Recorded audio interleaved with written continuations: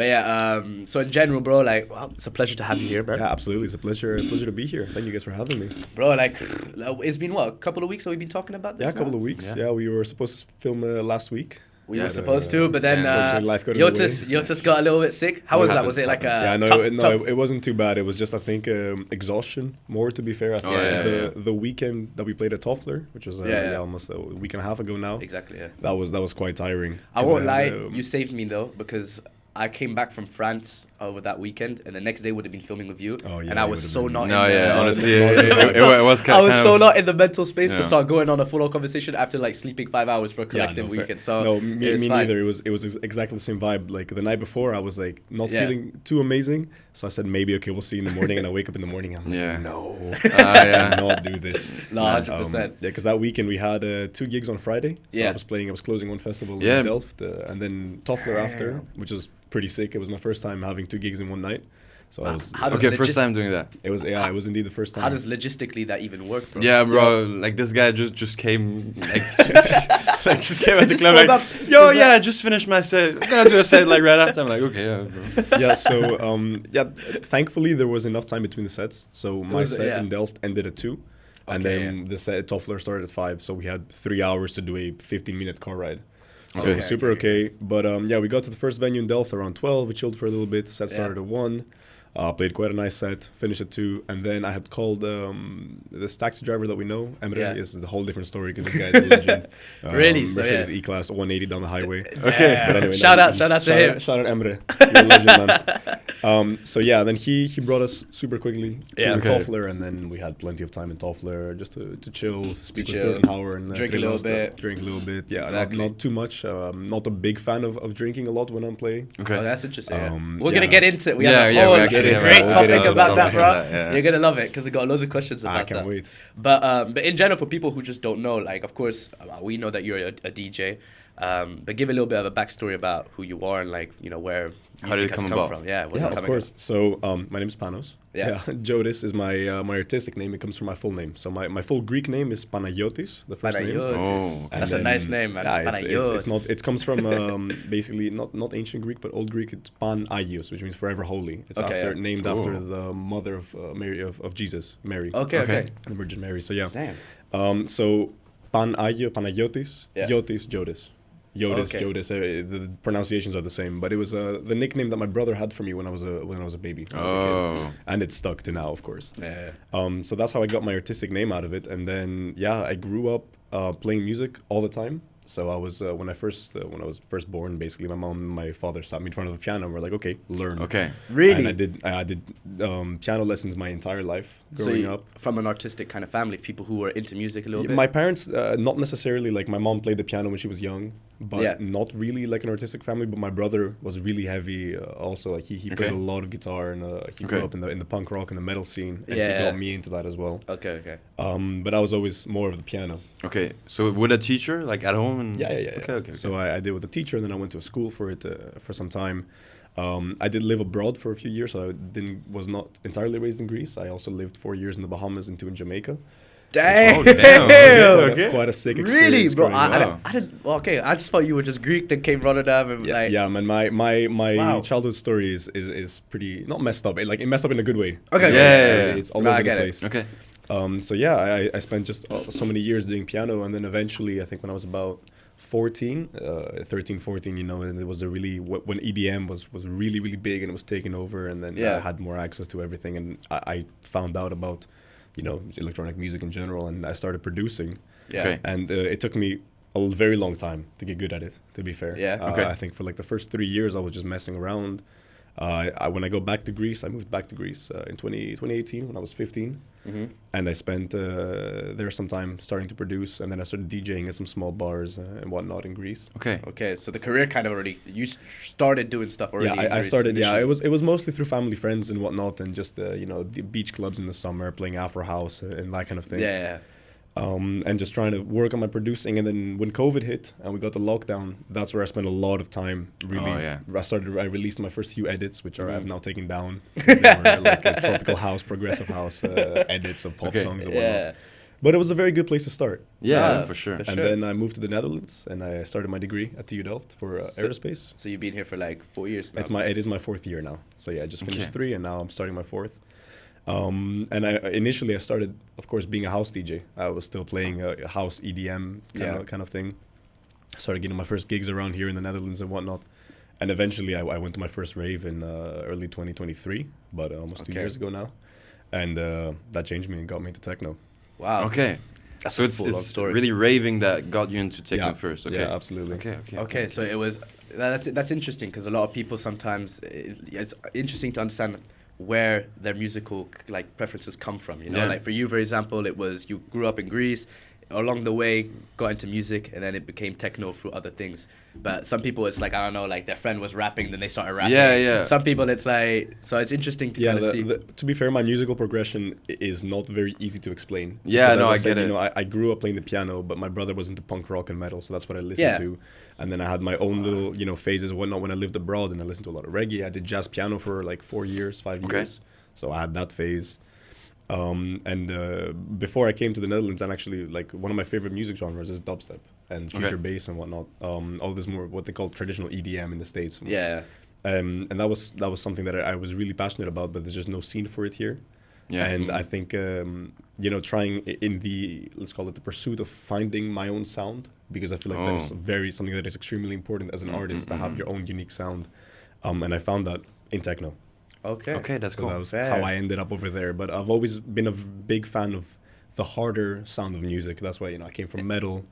Yeah, from I can see you're like, even your flow, you give me like pump rock kind of rock star type shit. Like, I get the inspo also. Yeah. But did you always know you wanted to be a DJ, or was it more something that came, you know, along the way?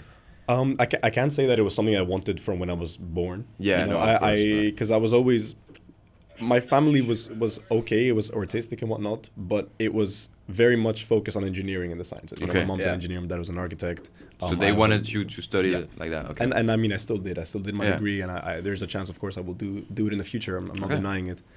But the idea to really pursue music as a career was something that came around COVID. Or it was around the lockdown where I spent so much time looking at, you know, watching sets of everybody doing things at festivals and producing a lot, and I realized that this way of expressing, you know, what I'm feeling. At the end of the day, that's what music is. It's an art form, right? It's a way of expressing yourself.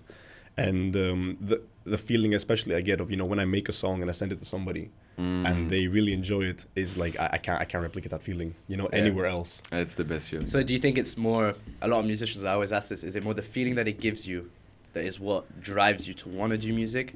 Or is it also maybe giving it to the others? Yeah, being able to share it with other people. It's the whole thing around music. Absolutely, yeah. It's a bit of both.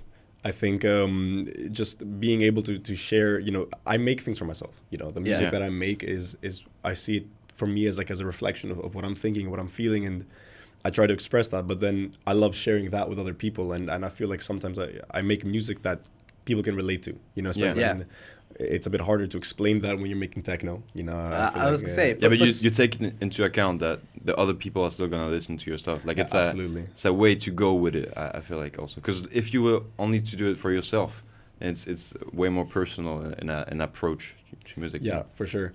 And I think the one thing that I try to do a lot in my music is have a lot of emotion. Yeah. Because just from everything that I've lived through and my life experiences and whatnot, I don't want to say that I'm against it. I don't necessarily like what I like to call like throwaway techno or throwaway music. There's so much music that's, you know, becoming now that it's coming out that is really good and it's amazing to dance to, and it does well. It hits numbers and it hits the stages, but it'll be forgotten in 2 years because it doesn't carry much musicality, much sentimental value. Yeah, it can be replaced by something else. Absolutely, which I find kind of hard with techno music as someone who I love music, but I would never have a techno piece in my playlist, for example, because I don't. Yeah, I find it hard too. I find it hard to have it last, you know, on time. I feel like it's good for the moment. I feel like it's a genre that has kind of difficulties into being relatable to people like all the time, because it's really something about performing. I feel like, you know, absolutely. You know, I do agree with that. Spotify Rap just hit, and that was an interesting experience, to say the least. Yeah. And honestly, for me, even as a hard techno DJ, the first track in my top 100 that was techno was like 20 something. Okay. It was quite low. Really? Even I mean, I used to listen to it a lot more. But Okay. I feel like also just now that's another topic that I've listened to it so much that like I can't listen to it all the time. Okay. You know what I mean? Yeah. But I still love making it still like Yeah. always on top of everything. And do you only want to Just, do that, or also maybe you want to go in That's other a big, genres? that's a big Yeah. question. We can come back to that. Okay. That is quite a long conversation. Yeah. for We'll sure. get back to it. We'll get back to it. But yeah, what I was saying is this kind of thing. Like you have this so much music, like Clan Quinster, for example. He's an amazing hard techno artist, and some of his songs, like he doesn't really fit in the normal hard techno scene. He has his own click of it, like a click Okay. of his own, and his music is amazing. Like Okay. he makes memorable pieces. Okay. If you hear Yeah. Mm-hmm. some of his tracks, like Die Weltbrand is one of the biggest hard techno tracks at the moment. Been for about a year now, and it's a song you remember. You know what I Okay. mean? And that's exactly what I'm trying to replicate in a way. And So try to touch people's feelings Absolutely, in a way. An absolutely. emotion, making an emotion out of the music that you create. yeah, And so how do you go with it when you do your song? Is it like you start with an emotion and you're like, I now want to give this emotion to other people and make them feel the same? Or is it more about something that soothes you maybe when you're feeling this emotion and you want to have a piece of music for it? yeah. So my big thing, the big thing about my sound throughout all the genres that I've gone through has always been, you want to have the breakdown, you want to have the emotion, but then you want to have a really explosive drop. Yeah. Okay. That's what I feel like. I don't like sad songs that are just soppy sad songs. Yeah, And no, I I need to have an explosion of energy, of emotion. Mm-hmm. And that's why I always start with a breakdown. It's a bit of a problem also in techno because all of my songs end up having quite long breakdowns, Okay. which I don't mind, of course, but it makes it harder to fit into a set. But I always start, with my piano or my guitar, and I'm writing some melody, some synths, and I always build around that. And then eventually I get to the drop, and that's how I make most of my tracks. Okay. And I would say just a question, I think, for imagine people watching, someone who's not into techno, how should they approach techno? How is a way to kind of sell techno to people that aren't really into it? Because a lot of people aren't, and then when they listen to it, they're like, oh shit, I really like this. Yeah. So how do you sell it to Go people to a like rave. that? Okay. A rave? I think, techno is one of those things. I mean, okay, we do need to make a line here that between techno and hard techno. Yeah. Because Explain it a little bit. Techno, hard techno. Let's take it from this side. Hard techno now, by a lot of perspectives, is not techno. Okay. It's become very EDM-ified, if I can say it like that. Okay. It's become a lot of focus on the ideas and then the big drops and the build-ups, and it is very much EDM. Yeah. And But of course, do you even think about it like that when you do it? Is it like, oh, now I'm gonna do an EDM song or a techno song, or is it just you do and it then becomes kind of one or the other? I mean, for me, because I got into techno quite recently, and I feel like I got into hard techno, especially after this transition had already been made. And of course, because I came from quite an EDM background, and I'll probably get some hate for this, because it is one thing in the community. The OG techno people, people that have been listening to techno forever don't like this change necessarily. Okay. Okay. But no, I don't think about it. I mean, I the way I structure my songs and whatnot, I take a lot of inspiration from other artists and what's already been done. Because especially with arrangement and how how you have the intro and then the breakdown and the build up, and that's been proven. There's ways to do it that it works. So if it ain't broke, don't fix it. Yeah, no, 100%. But yeah, so techno itself, like techno is a lot more steady. There's a lot less breakdowns. There's a lot less big transitions. It's more of like a constant groove that slowly changes, and that's why back in the day you had techno sets that were 4 hours long because people were playing long set that when you're playing a song that's 12 minutes long, you need time to develop ideas and you transition very slowly. Whereas now with the hard techno scene, it's become, everybody has an hour set and you just try to cram as many bangers as you can in an hour. Do you think it's because people don't have the patience to like? Oh yeah, definitely. I think the attention span of our generation has plummeted. Okay, that's a different topic, but it's true. Yeah. Like in general, people, even when I realize I do this. I'll listen to a song on my playlist. I'm listening for 30 seconds. If I kind of feel like I've already listened to it enough, I'm just skipping. Oh, yeah? I'm not appreciating actually the song. Yeah, because your attention span is just, I don't know. I see it with myself, I'll admit it. Yeah, fair. For me, it didn't change that much, like from music consumption. Like I feel like when for music, videos, my attention span is definitely like shorter. But no, even for music, man, I think I've realized that. I was kind of scared because I was like, before I would have listened more to the song, but now if I'm not captivated to a new song straight away, I'm not listening to it. Yeah, okay, but that already before, I feel like that was always the case. No, because before I could go like on a playlist and then I would listen to different songs. Yeah. And I would try and like listen, and if by the end, sometimes there's a song you've listened to once, you're like, you listen to it again, you really like it. Yeah. You know? It grows. Whereas now, I will not give the chance to that type. Oh, you know what I'm you saying? should. But Bro, I should. I do should, it kind of like consciously often. I'm like, okay, I don't really love this song, but I know like it's a question of being used to it, No, so definitely. So I think maybe with the techno thing, it's maybe the same thing. People like on a club, they don't want to listen to a 12-minute song. They'd rather just have but hardcore also, like, bangers just keep on going. Like in a club, I feel like it's not like you're in front of your phone, Like I feel like I don't know. Are, so you really see it as some people are. Man. Yeah. Okay. Yeah, fair, I think like some people are just the club setting of course is quite different. Yeah. I mean, but yeah, I think that's one of the reasons. Like with hard techno, also it's the harder sound. So you can't. It's harder to have a harder sound playing the same for longer and longer. Yeah. Which is, for example, one of the reasons I'm not that huge of a fan of like the really hard, really fast industrial techno things that are going on, especially really big in Rotterdam right now. Yeah, it is. Just because I don't want to. It's not necessarily. I don't find it stale, but like just for me, it doesn't have enough emotion. It doesn't carry the same feeling, especially when you're in a club. But yeah, absolutely. I think the best way to get into techno is to go to a rave. Honestly, it's a bit. It's funny for me to say this also because right before I got into techno, I was really big on drum and bass. We went to the Printworks closing in London with my best friend back then. Yeah. And I was really big in the scene, and I was considering, because I really love this kind of offbeat, really fast rhythms, and I really wanted to pursue that. And then I went to my first rave, and I spoke to one of the DJs, Winston. Just outside. He's actually doing quite amazing now. He just had his Verknipt all day long yesterday. Okay. So really, really sweet guy. I just spoke to him for a little bit, and he told me that, nah, man, once you go into techno, you're done. That's it. You're never going back. And I was like, yeah, maybe, but I don't know. And here we are. Okay. So, so he was right. You were right. Did you see this? Sorry. Yeah.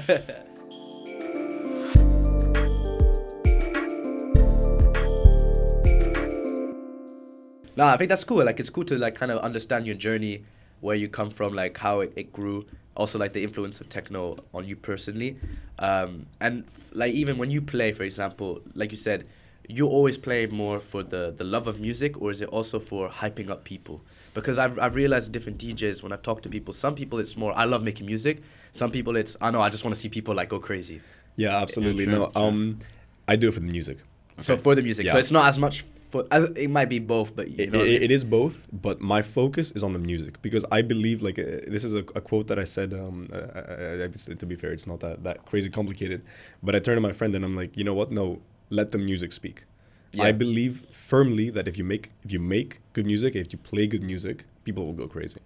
I have almost a tradition at this point that I'm not necessarily happy about it. That every time I play, things break. All the DJs, everybody's like, yo, I just destroyed this venue. It was crazy. Yeah. I actually cost people money. Because, it's happened so many times that... You just throw something? Or like... So I'm playing a set and people are going so insane that just everything breaks. One time I had... this was back in March. Yeah. I opened my set and about 10 minutes into my set, they were already moshing to techno. I don't know what was going on, honestly. Some dude tripped on a power cable, yanked the whole power system out. Really? Another time, this was last December now. Once again, we had turned it into like a boiler room setup. Yeah. And some dude fell on the front of house mixer and just turned it off. So then the PA died. So what? So on the deck? No, like it was like the mixer of the front of house. So it's where the output of the decks goes to go into the speakers. Yeah. And he just fell and turned off the mixer. like shit breaks. Yeah. That should be a slogan. You should have you should make it into a slogan. Jotis shit breaks. Jotis shit breaks. I will destroy your venue. I'm never gonna get booked again. Yeah, you're gonna lose. People are gonna want to employ you. No. But yeah, to go back to the music, like the way I always play my sets, I see it very much like a journey, and it's the reason I'm not necessarily too big of a fan of 1 hour sets because I feel like especially when in techno you have 5-minute songs. Yeah, you can in an hour maybe I'll mix 21, 22 songs. I think that's basically an average for an hour set. Yeah, but I really prefer like 2 hours because in 2 hours I can take more time. I can really build on something and create something by the end. Yeah. But all my sets I plan out always. I have a big intro. I have a big opening. I want people to know that I'm here. Yeah. But it's all a balance of playing with people's emotions So I have my breakdowns, but then I'll have my emotions, but then I'll have my builds again, and then I'll go hard again. I'll break. Okay, but imagine, I don't know, you start your set, first 15 minutes, and you see like people are, the energy is going down. Mm-hmm. Are you gonna react to that in a way? Like absolutely. Okay. So it really depends on the set. Sometimes I do prepare my sets in advance. So I have an hour, especially for hour sets when you don't want to spend too much time looking for a song. Yeah. I'll make 20 songs in a row that I know work together, that I can play. Obviously I'm never too rigid on it. So if I know that this song won't work now, or I want to play this song, or I want to start a different way, I'm free obviously to do that on the spot. So it's more to have a plan, like. Yeah, but it's nice, especially like I did that, of course. At Toffler, we didn't do it because we were just playing back to back. So we knew what the first 5 sets were going to be with Nisho. Yeah. And then after that, we freeballed it. But for the Ducky set, for example, I had some songs laid out and some songs I switched around. I switched the order and I played. But of course, reacting, like, okay, of course I do it for the love of the music. But at the end of the day, your job is to make people dance. Yeah, I mean, it's still performing. Like, yeah. So if you do it well enough, you can focus on the music and people will dance. Yeah. But sometimes, of course, it really depends on the crowd as well. Yeah. Have you had crowds where it was just like bad? Yeah, absolutely. I have had some, to be honest, not too much with techno. Because, as a side quest, and of course, coming up with my career, I started playing in house parties and all of this stuff in just university student parties in Delft. Yeah. And I've had my fair share of parties where the crowd is just dead, and no matter what you throw at them, it's not going to come up. And at that point, it's quite a humbling experience. It's not too much fun. Well, you got to start somewhere, though, right? Yeah. Like it doesn't. You won't always have an amazing time, especially when you're coming up in the scene. I bet you every single person who's made it pretty big will tell you that they've all played in front of people where it was dead. It's always like that, No, you need to be humbled sometimes. You have to play to really just crowds that don't want to work with you, or you have to play to empty venues, and it's part of it, absolutely. But that's what I say. I'm gonna play with the same energy and the same passion to 10 people that I'm gonna play to 10,000. It doesn't make a difference for me. That's crazy, man. Even for the opening at Now and Wow, like the first half an hour it was pretty empty, and then for the last half an hour maybe I had 40-50 people in the room, which was okay. Nice. Yeah, which is better. Not too bad, of course. Yeah, it's cool, man. But it wasn't like a full packed out 400 people in the room. And what's the biggest crowd you've played in front of? Biggest crowd I've played in front of, I think, was about 700 people. Okay, that's pretty good. But that was not techno. That was actually at the Bears in Rotterdam. Okay, I used to. Because first year you were the DJ, no? I've DJ'd at the Bears I think 4 times. Okay. Yeah, because it was a little side quest in my career of the guys that organize, like the people that run the Hellenic Association, the Greek Association, Erasmus, are all really close friends of mine from high school. Okay. So we started in the first year, and they were like, "Yo, you want to DJ some parties?" And I was like, "Why not?" It's the same thing with Nisho and like the French association. Yeah, he always DJs for them. Makes sense. And I also played at Munch. Was it 2-3 weeks ago now? I didn't tell anybody about that. It was a little side because some of my friends even showed up and were like, "What are you doing?" DJing, man. So you just DJ'd that much? I did, for 2.5 hours. That was quite a hard crowd, I gotta say. That was also one of the times where I felt like, what is going on? I worked at Munch. And the layout also is kind of weird. I really like the booth at Munch though, and also the sound is really nice. It's a cool booth. The booth is really cool, but just because it was one of those parties with so many associations, that I had to play Portuguese and Spanish and Greek music and French music, and it was just I was throwing. It was honestly one of my weirdest experiences ever. Yeah. Okay. Because I was playing an Italian song, and I could see the Italians in front of the booth going crazy. I played a Portuguese song, the Italians in the back going crazy, and I could not make the whole room at the same time. Go crazy. The only time that happened is when I played the white girl music. Okay. I swear that's what works all the time, man. Yeah. You put the white girl music, all the girls start singing, then the guys will all jumping because the girls are singing, Yeah, I know. For these kind of parties, you play for the girls, man. That's my saying. Do you think, like, in general, this is a good question, do people play generally for the girls?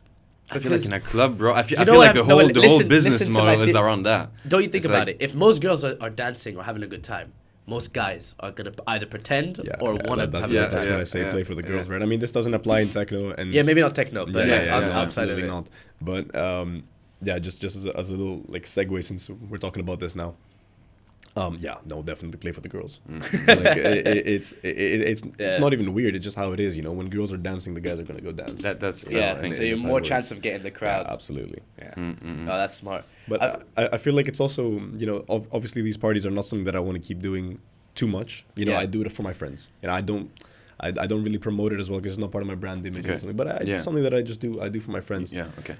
But it has disciplined me in a way, because playing open format, you know, you need to think a lot more. You need to. It's a very different art from playing a techno set. From also different audience. So I think it's cool that you put yourself in the shoes of someone that has to do that. Yeah, absolutely. It's not my art. You know, it's not something that I would ever use like that.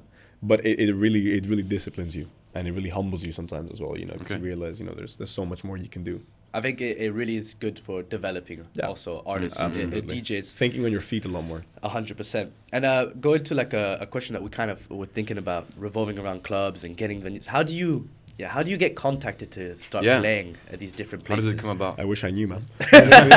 Is there no kind of way, or is there like for Munch, for example, like because you done first time? So everything from okay, I'm obviously not amazingly into the industry yet. I'm better than I was last year, which is something, and I've played at some, you know, last month I've played in the 3 biggest clubs in Rotterdam.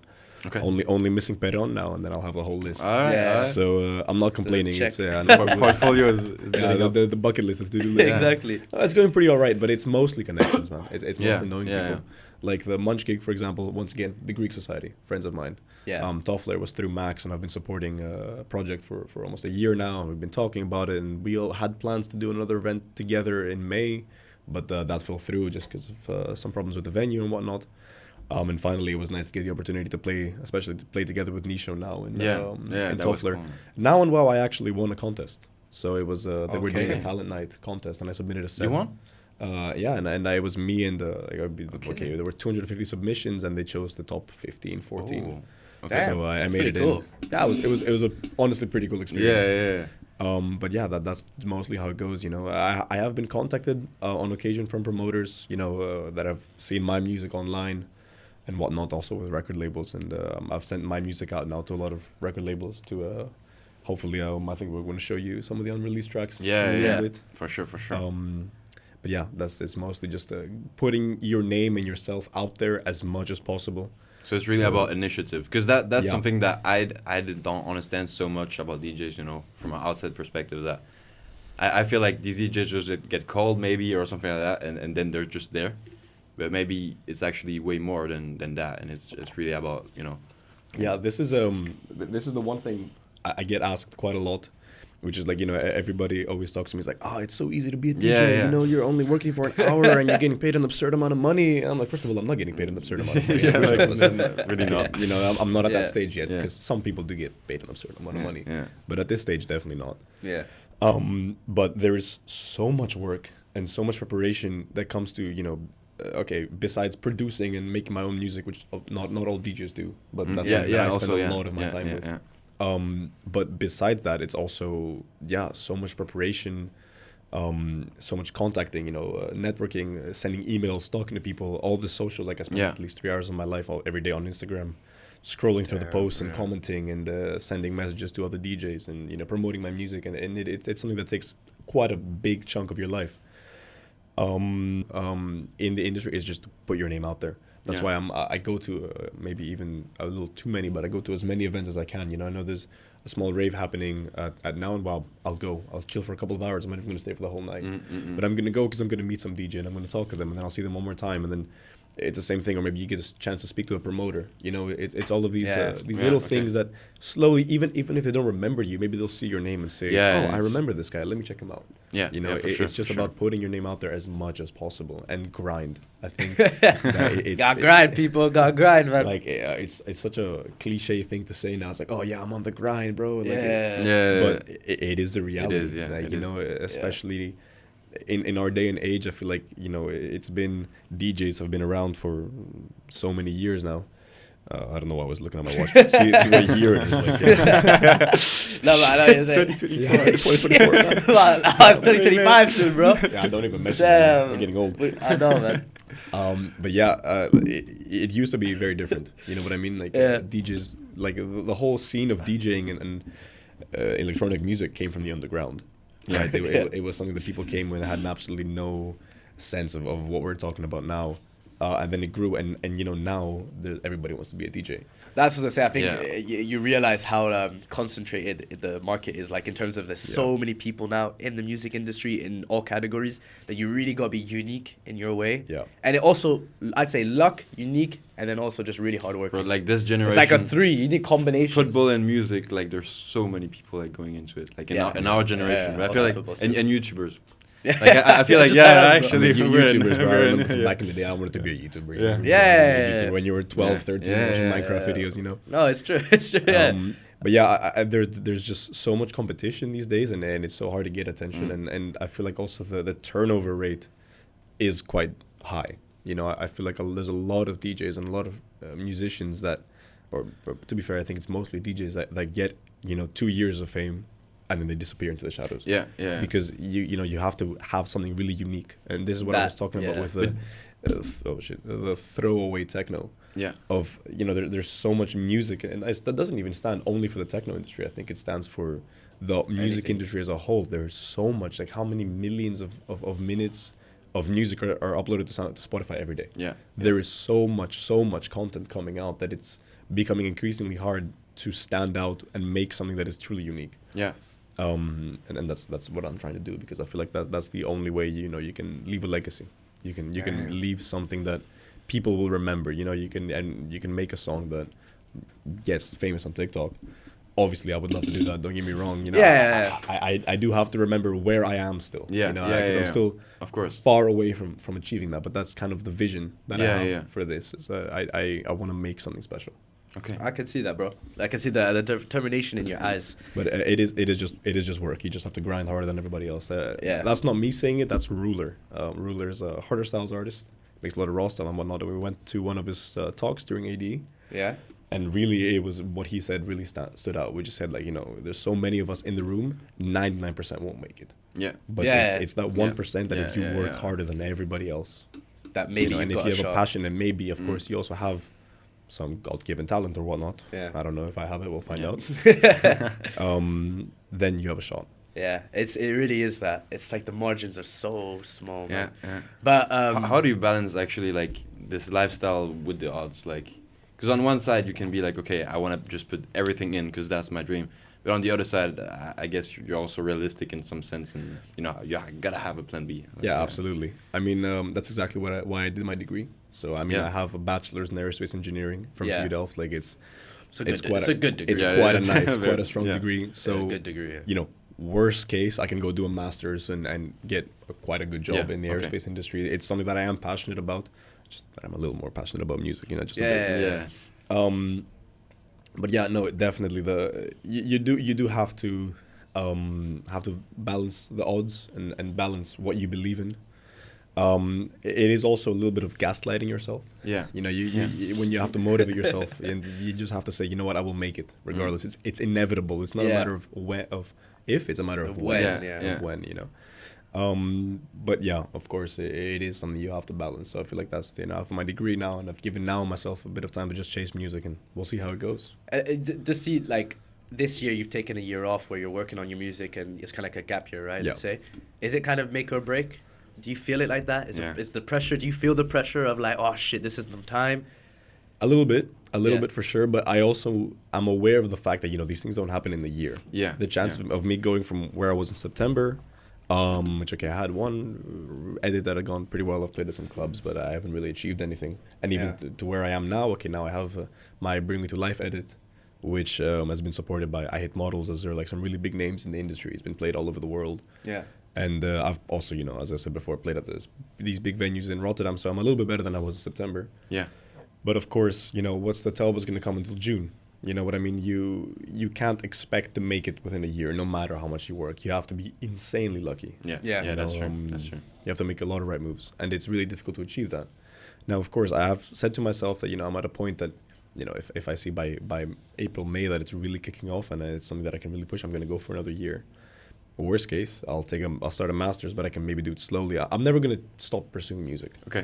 It's not something that even if I'm doing a master's it'll be something that I'm still chasing. Of course, the workload will be double what it is now. Yeah, Which, that's I don't know how that's going to be. The workload already is quite high. Yeah, but that's the life, right? That's the life. If you want something, grind for it. You got to work for it. No, 100%. I really like that saying. I feel there's no point making excuses. Like, you know, whatever you want to do, whether you want to be a DJ, whatever, like, it's gonna require you to be that 0.1% if you want it to happen. And you gotta gaslight yourself also, like as you said, like to believe, okay, I can do it, like, and I will do it. And that's tough. That's for me. That's how I motivate myself. You know, because it's just, it is you know, it is. I am at a point where to say, you know, I'm going to achieve this, is like 90% gaslighting myself. It's just kind of just believing in it. But it's hard because you gotta do that. On one hand, if you want to just like just have a chance like to succeed, but on the other hand, you also got to be realistic, because otherwise, like, you gotta make mistakes and stuff like that. So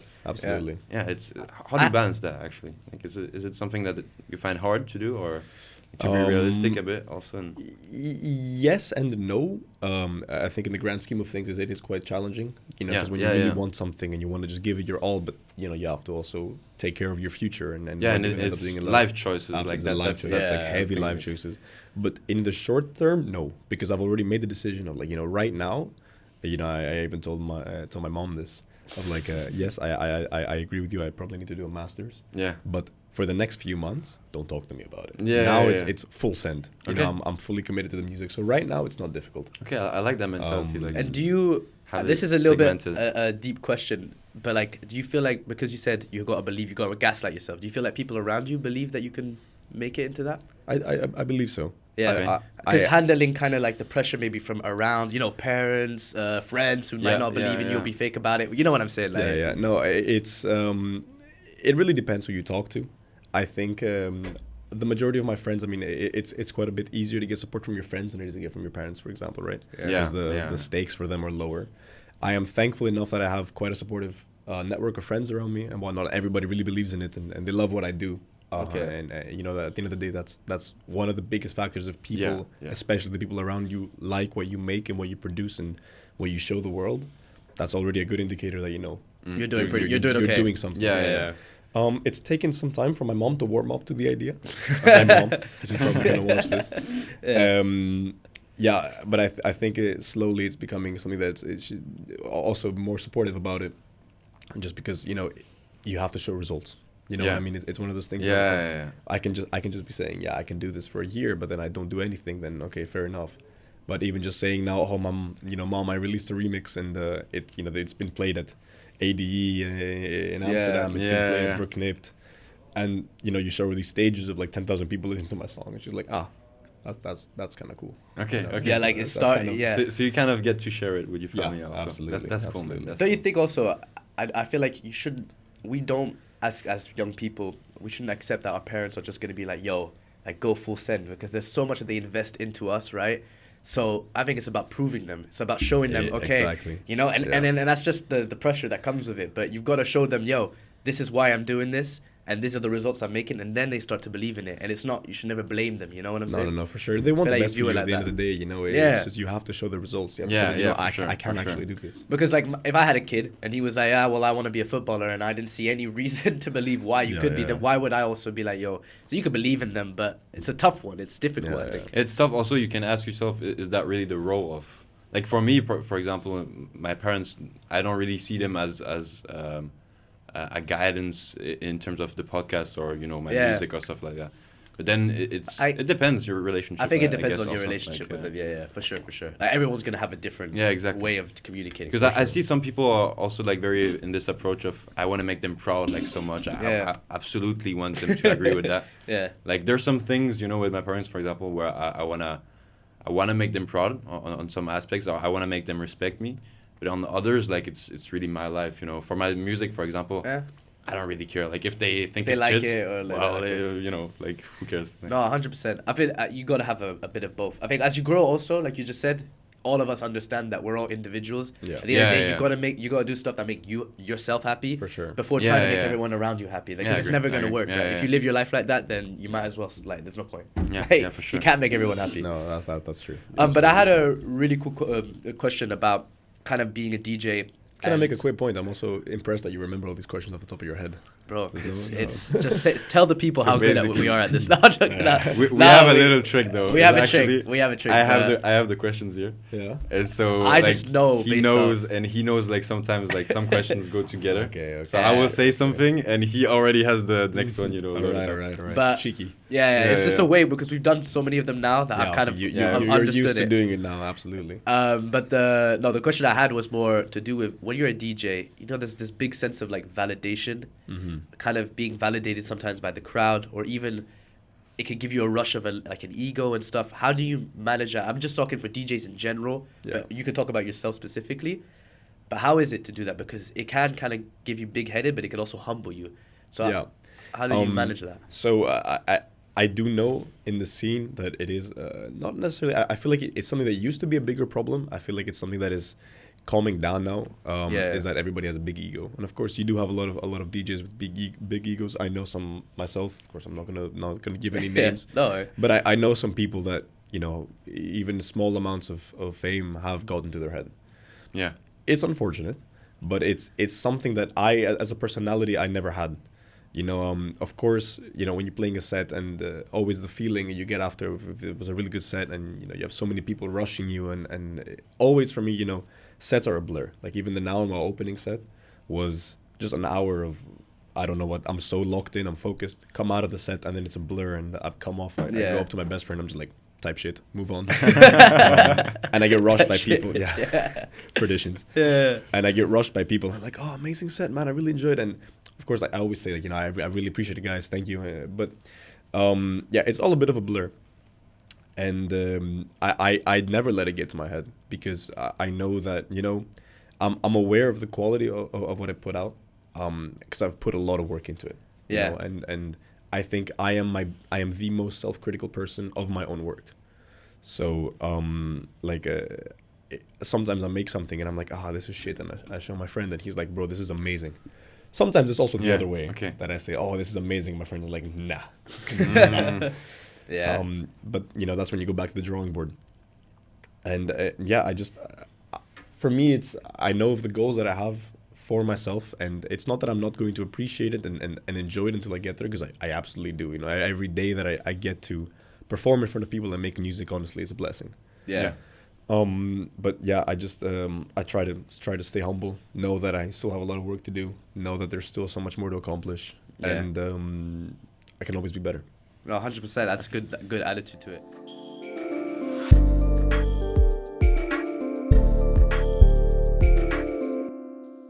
Like we want to understand kind of like what happens here on a board, on a deck. So what we're gonna do in that case, I'm gonna play one of my I'm gonna start with my Bring Me to Life edit, which is I think my most popular track, and then after that I'll mix it to one of my new tracks. So Perfect. Is the sound good? Is it capturing this moment, Paul? Yes, it is. It is. Yeah, as long as it can pick that up, I'll start recording here as well. I'll put the file in after. So we have the file. So yeah, let's just go. Let's go. Yeah, I will be mixing without headphones though, because I'm not connected. Let's see how it goes. So yeah, let's do it.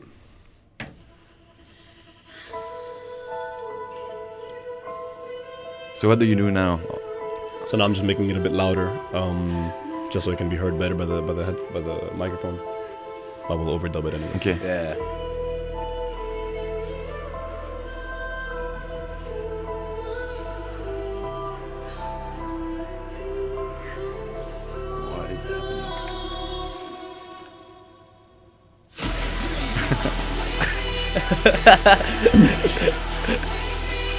Okay. So for example, that button that when you're like spinning the deck, that's for... So no, the spinning the deck, I was just aligning the next track so I can mix it in. Okay. But now it's just playing the main track. In the middle, that's the frequency. This is the filter. Right? Okay. Alright, I see it. Okay.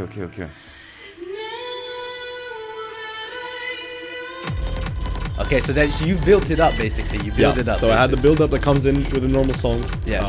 That's how I made the song. And then a lot of the time I can add a little effect. So I have my reverb, or my echo, and the filters. Yeah. So I can just play around with it and add how I feel, whatever I feel in the moment. But yeah, I can run you guys like through how I'll mix quickly into my next track. So my next track is called Iridescence. I've teased it quite a bit in my stories. Okay. Yeah. So I'm gonna do a quick transition. So basically, what I'm gonna do now. Normally, I will be hearing it in my headphones. Wow. So I'm also kind of looping it here now. I am gonna use sync for this because I can't sync it manually. Yeah. But now I have the new track looping underneath. Okay. So I'll bring it in slowly. I go on the loop. So now we have both tracks playing on top of each other. Okay. And how do you know? How do you know it's gonna align? I know my songs. Okay. So you just kind of like memory. Exactly. Yeah, you gotta know your music. And now I'll do a little bass right here. Okay. For the old song. And then bring the bass to the new one. Yeah. And if I want to, I can do a little backspin, which didn't actually work because it's on the small PDJ. Okay. And now we're in the new track. Okay, so I see what it is. So you've kind of like, you basically interlay them so of that course, the other one then.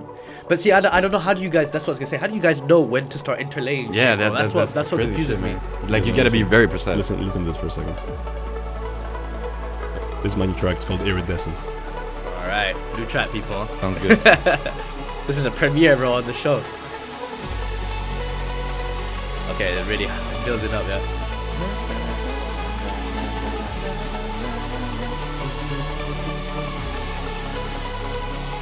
And the breakbeats. What I was telling you about earlier. All of that is you. Yeah. Okay. This is really nice to like see how each step. This is one thing I love about techno music, or like in this kind of vibe, is that it builds up. Now we're back to hard techno. Okay.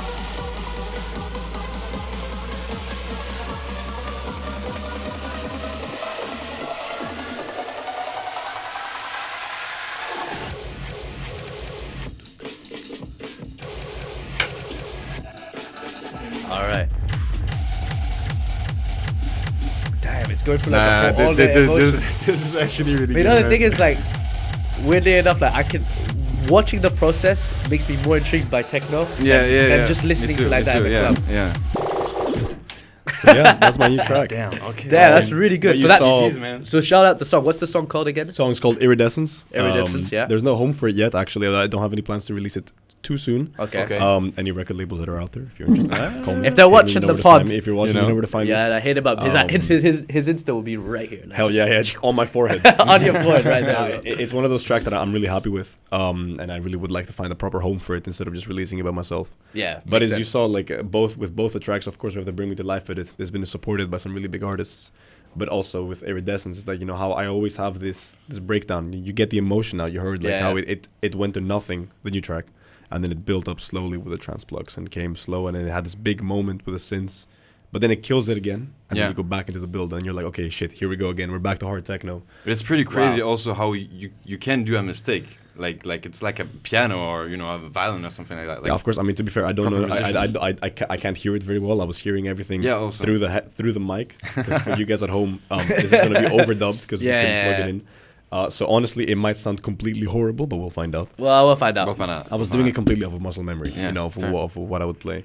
Well, it sounded good for us, anyways. Yeah. A lot of what I do, you know, always, you know, you have your volumes, your faders, you have your EQs, your filters, all your effects here. A lot of my mixing, the most important thing, you know, you want to mix the energies correctly, and you want to mix in the right spot.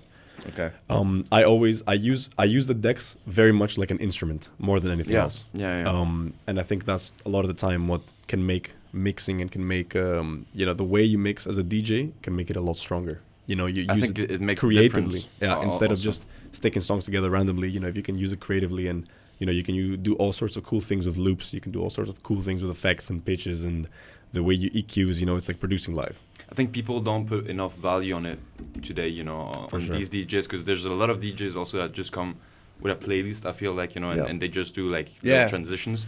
But then being able to really do it on the spot, it's a whole other world. To do it well. That's a musician. Because there really is some pressure. You could kind of fuck it up with just one. And you do sometimes. Sometimes you do. It's also you know, a lot of it is how you recover from it. Yeah. Okay. You know, you have to know. I've gotten thankfully to the level where I have the intuition of, like, right before I'm about to do a mistake, I already know. I fucked up. Okay. So then I do the mistake, and then I know how to recover from it. Yeah, because you can recover from it. You can, absolutely. You just need to know how. Because sometimes in these clubs, right, they have these kind of like sets where like these such big equipment where I don't know how you guys know what everybody does. Like, experience. I mean, this is just this is like, pretty relatively small. But this is just a like, shrank down version of the big CDJs. Right, everything's in the same place ish. It's like if you guys, are musicians and had to change like violin before your performance of something like that. Yeah, and that's why also in the rider it always says, if you're gonna change equipment, you gotta give me at least a week notice. I gotta know what's happening. Yeah. But that's the one nice thing I think about the industry. It's a nice and not nice thing of that it's a bit of a monopoly. Everybody plays on Pioneer, everybody plays on the same equipment. Yeah. So you can play on this, you can play on CDJs.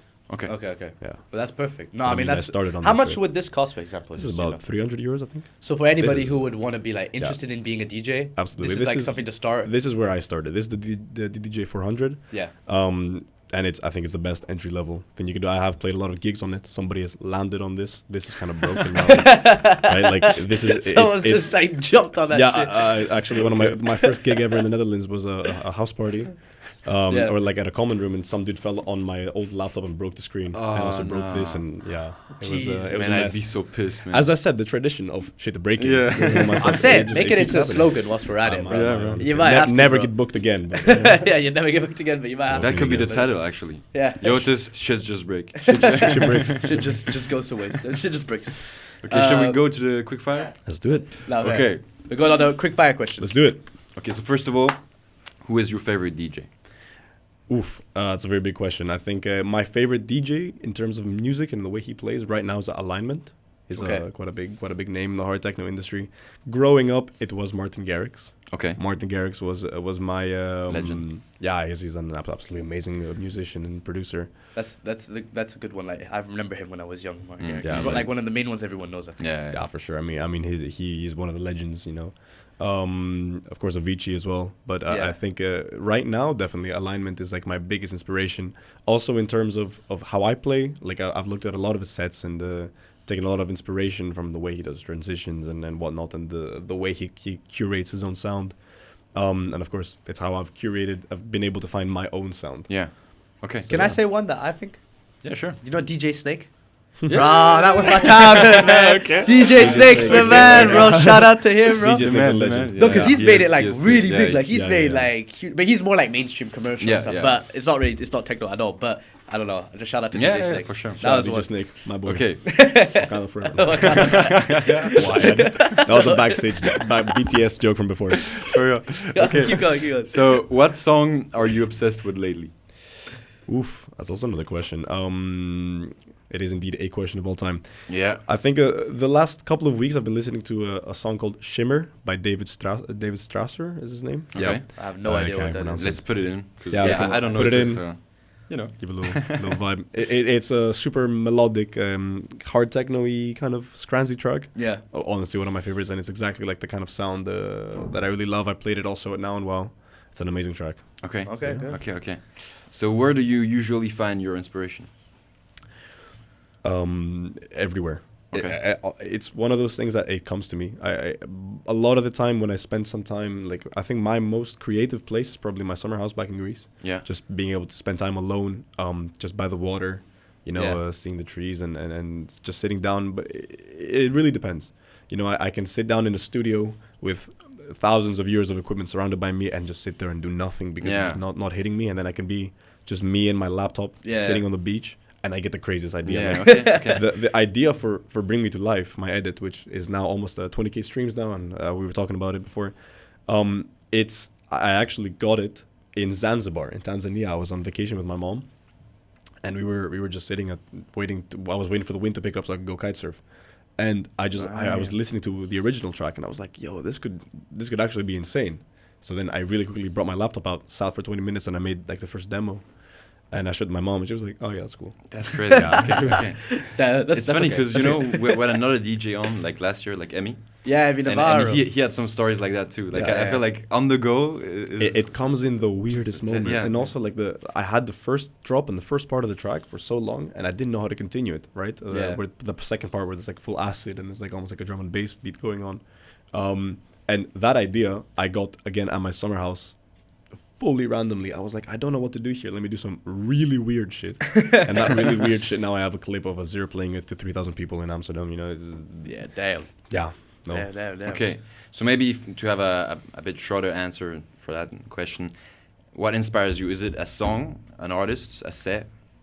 It's a vibe. Okay. Like vibe. Inspires me. You mean like to make something, or just in general? To make something. Oh no, it's just things come into my brain. So like it's like an emotion. An emotion. Yeah. Feeling. Sometimes when I'm just feeling low, I sit down in front of a piano, and my old piano days come out, and that's where it starts. Okay. It's always starts with some melody. All right. Perfect. Okay.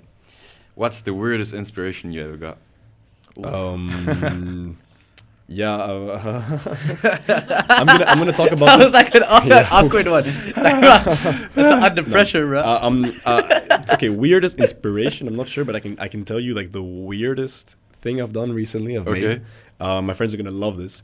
You guys know Mary Had a Little Lamb, right? Yeah, Mary had a little. Yeah, exactly. Yeah, okay. No, is it that? I think my friends. I've made so much actual music, and I one day was sitting and I heard that, and I heard like. An up-tempo track that would kind of fit it. Up-tempo is just like a really fast, for the people who don't know. And I made a 5-minute edit of it where it's just like basically the kicks go do do do do do do do, and then it drops into the thing. My friends do not support any of my music until it's crazy. Like I make so much music and I send it to them and they're like, yeah, this is good, but finish Mary Had a Little Lamb. Okay. Yeah, but, techno DJ. Yeah, but sometimes things like that could go really viral. Yeah, it could be the thing that works. That's crazy, but bro, if that makes my Childish career, stuff, honestly, they'll just retire. Yeah, right. What the hell, man? I've lost faith in the industry, you know. No, fair enough. Paul, do you have another one? Is there any? Yeah. What's the best scene where you played? The best like stage. Yeah. Best stage. I mean, okay, of course, now playing it now and WoW, even though unfortunately we didn't play in the main stage, but still quite an experience. I think the most unique and the like most interesting stage I've ever played was last February. We played at La Caverne. It's like a venue in Maastricht, super in like about 150 meters in the caves. Oh. And it was this rave organized by a friend of mine. There was 3 different collectives. There was a house, techno, and a DNB. I was on the techno stage. And we were just literally in a cave, and there was like golden chandeliers hanging down from the ceiling, and we were like in this corner. It was lasers. It was insane. Do you have pictures of that? I do. Yeah, it's on my Instagram as well. So we'll add them. Yeah, it was actually crazy. And because you're in a cave and there's no sound dissipation, man, the bass was so crazy that the CDJs were like literally vibrating themselves off the table. Every time there was a drop, I would have to like collect the CDJs back towards the middle. They were literally vibrating. Jesus. Yeah, it was quite an experience. Man. Gotta play with it. Okay. So hopefully they'll do it again this year, because if they do, I would love to be there. It was amazing. Jeez. Truly amazing. How did it feel when you finished that set? Actually. Yeah, it was euphoria. Yeah, it was one of those things that, you know, you finish a set and for the next hour everything is a blur. Yeah. Because you have to talk to so many people, and then like, you know, I have my friend like rushing me like, hey, let's go backstage, look at the footage, you know, have some water, chill out, have a smoke or something. But it was amazing. The feeling after you finish a really good set. I can imagine. Also with the pressure like going down. Yeah, I mean, I never really. I'm very thankful that because of performing piano and all of these things that I've done growing up, I've lost the pressure of performing. Like, maybe I'll get nervous for like 2 minutes. But it's not something that like... when I press the play button on the first track, everything goes away. Okay. I'm completely locked in. And from that, it's just pure adrenaline until the end. Okay, so you just enjoy. Yeah, I just enjoy. I think maybe if I ever get a chance to play like Rotterdam Rave in front of 20,000 people, yeah, maybe I'll be a bit nervous. Okay. Yeah. But for now, I'm okay. Okay. Is there anyone last one? Last question. Let's do it. What's your dream as a producer? Leave a legacy. Okay. I think is the best way I can describe it. Yeah. It's what we were talking about earlier, that I want to make music that people remember. Yeah. Because, as we were saying, you can make music that can make it in the industry, but if you don't leave something that people will remember in the future, you know, like, I think also a really big reason of why I am doing this as an artist is not necessarily a fear, but I want to be remembered. Yeah. You know, I get that for sure. I want to have an impact on people, you know, and of course I already have, you know, even I had a message the other day from a person that said, like, you know, I've had a really shitty day and I just listened to your Bring Me to Life remix and it honestly made my day, and you made me cry tears of happiness. Damn. And like getting that message, like, bro, I cried almost. That's big. Yeah, that's big, man. Exactly the reason why I'm doing this, because I can help help people, make people touch feel people, things, yeah. touch people. Don't take that out of Yeah, context. Touch people's feelings, No, but it is true. I feel like, especially with your music, the way you are so determined in your thing, and you can just see you're so passionate about it. Absolutely. Yeah. That it is really cool. Like, yeah, if you get to touch people through your music, that's amazing. Mm. Yeah, bro, he keeps behind stage production keeps on laughing at that. Yeah, but that's I want to make something that will be remembered in history. Yeah. And I understand with you, because I think like sometimes all of us here in this room, we're pretty creative, maybe very driven, and like being able to have something remembered when you leave this like Earth, whatever the fuck this is, what we want to call it, simulation, whatever. Yeah. You know, if you want to be remembered, Yeah. I think a lot for myself, exactly, for Paul also, I know it's about being remembered in a way that you did something, you left something here, you had an impact on either people on a big scale, small scale. And I can definitely see that, bro, for you. Like, I appreciate that. So, man. We'll yeah, man. I mean, like, we got to kind of wrap it up. But I was going to say, just like, That's one. Message to the community.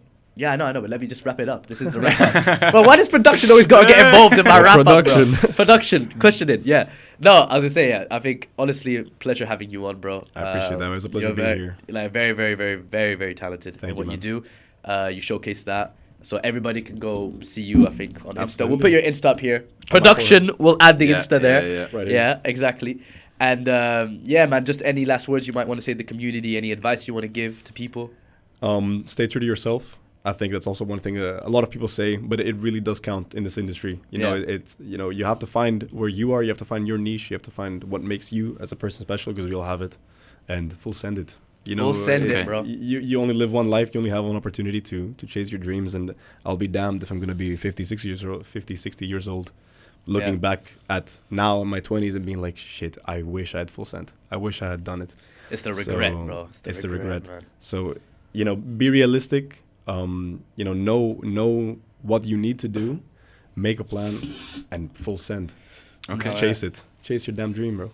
Exactly, bro. For all people listening, do exactly that, man. Don't restrict yourselves. Amen. Amen, bro. And I would say, yeah, I mean, that's Uni-Verse, bro. That's episode 11. No regrets, you know. Episode 11 now, or episode 10, something like that. 10, 11. So yeah, thank you, Jotis. It was Nico and Paul here with Uni-Verse, and see you guys very soon. Bye.